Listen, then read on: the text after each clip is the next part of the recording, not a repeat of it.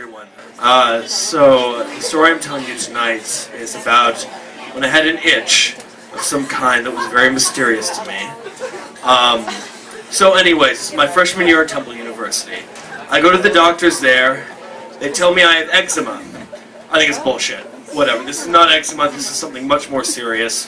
I'm totally paranoid. So I happen to have health insurance, and I go onto the Blue Cross Blue Shield website, and I find a doctor, make an appointment. So I show up down at 8th and Spruce Street where they have the Women's Health Building.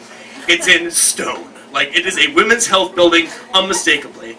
And I'm thinking, oh, whatever, it's fine. It's an old building. It's okay. I go inside. They're doing some renovations.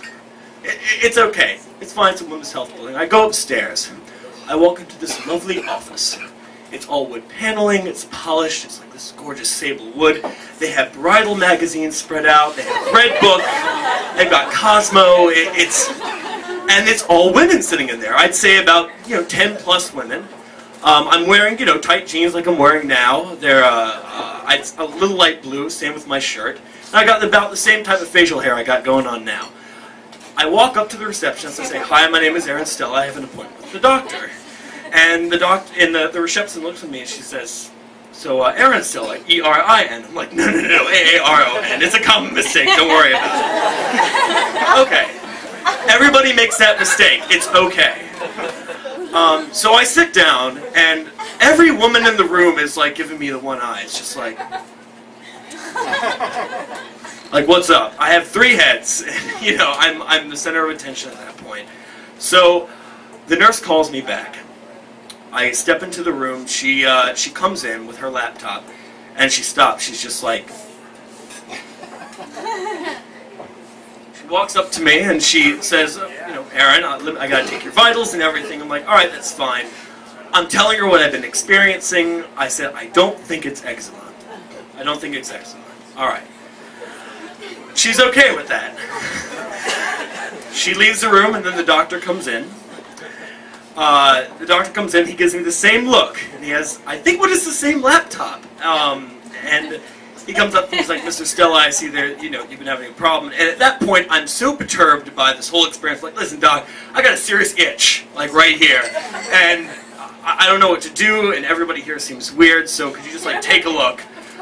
Mind you, I have itches in other places, like between my fingers and, around my elbows, so, whatever.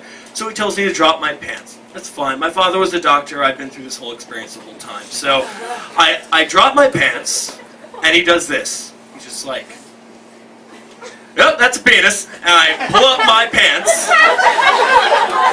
And it was at that point that I decided to look over my shoulder, and I see 2, what could have arguably been medieval torture devices.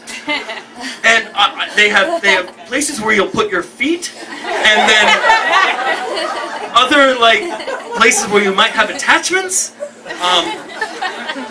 I think that's rather odd. But again, I'm like, he's a doctor, he knows best. Let me just go along with the flow.